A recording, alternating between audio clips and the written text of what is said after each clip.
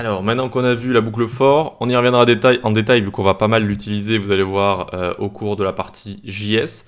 On va voir maintenant les boucles while et do while. Donc on peut enlever ça, on y reviendra plus en détail.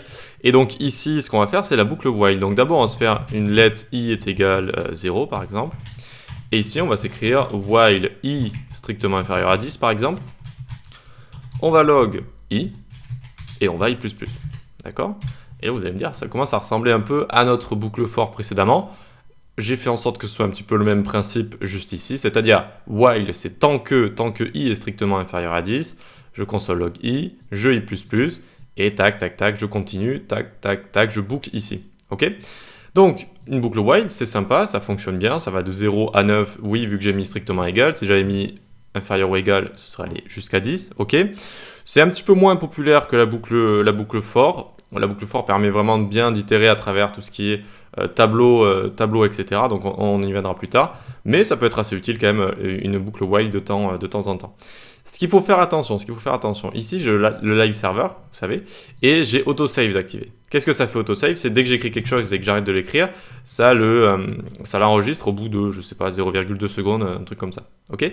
Mais quand on va coder une boucle while, en fait, on peut très facilement tomber sur une boucle infinie. C'est-à-dire qu'on est en train de coder notre boucle while et elle va se lancer, vu que je lui ai fait sa structure, c'est-à-dire juste les parenthèses et les accolades, elle va se lancer et elle va se lancer à l'infini vu que j'aurais rien mis à l'intérieur en fait, et ça va faire cracher mon navigateur.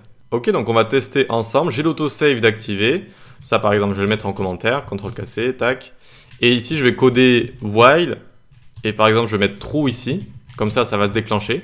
Et je log i, tac, et là, tadam, j'ai fait une boucle infinie. Vous voyez que là, c'est en train de ça va log, c'est en train de loguer à l'infini, et ça va faire crash mon navigateur très très rapidement. Notamment, vous voyez la petite icône ici, qui ne tourne même plus en fait. Et là, j'ai fait une boucle infinie, Et ça arrive très souvent quand on est en train de coder, on est en train de regarder des valeurs à côté, etc. Ou alors on code une boucle while doucement. Et vu qu'on a l'autosave activé, ça a sauvegardé. La condition ici, j'ai mis true, mais bon, si vous mettez une valeur qui est true-si, vous savez, les valeurs true-si, false-si. Donc ici, bon, par exemple, pas 0, mais n'importe quelle valeur, que ce soit sur une chaîne de caractères ou un chiffre ou un nombre, eh bien, ça va déclencher la boucle. Et vous voyez que ça fait une boucle infinie comme ça. Alors, comment résoudre le problème? Eh bien, déjà, on va... Alors, oui, là, je peux carrément plus ouvrir le navigateur. Donc, il va falloir aller... Si je dis pas de bêtises, oui, il va falloir faire CTRL-ALT-SUPR. J'espère que vous ne l'avez pas fait avec moi. Ah, c'est bon, ça a fonctionné, regardez. Ça a ouvert un nouvel onglet. Et donc ici, on va essayer de fermer le reste. Essayer de fermer notre navigateur. N'hésitez pas à cliquer plusieurs fois parce que là, en général, quand il part en boucle infinie, il n'est pas content. Sinon, ce que vous pouvez faire également, c'est CTRL-ALT-SUPR et vous allez dans le gestionnaire de tâches. Alors, je vais vous montrer. Et donc là, on est dans le gestionnaire de tâches. Et donc, il vous montre en fait les applications qui sont en cours. Et là, on voit que Google Chrome... ça part un peu en live ici, et donc vous pouvez faire clic droit et vous pouvez faire fin de tâche ici, fin de tâche, et ça va le supprimer. Hop, c'est bon, ça l'a supprimé. Ok? Donc je sais que c'est un petit peu embêtant, mais c'est une bonne manière de résoudre la boucle infinie ici, hein, c'est-à-dire que vous allez ouvrir le gestionnaire de tâches et vous allez supprimer directement votre Google Chrome ici, directement. Donc je vais le rouvrir, du coup, parce que je suis obligé. Hein. Hop, donc c'est bon, je l'ai à côté, je vais pouvoir relancer le live server, et voilà. Je suis content de vous l'avoir montré une fois parce que ça, si ça vous arrive et que vous ne savez pas trop ce qui se passe, vous pouvez un peu être perdu, je pense, la première fois que vous faites une boucle infinie.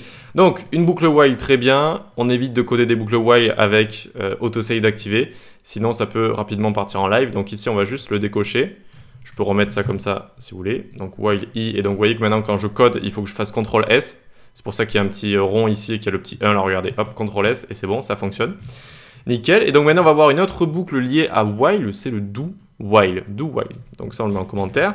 On vient ici faire un do, ça veut dire fait cette chose-là. Fait quoi? Eh bien, on va console log i, et puis on va i++.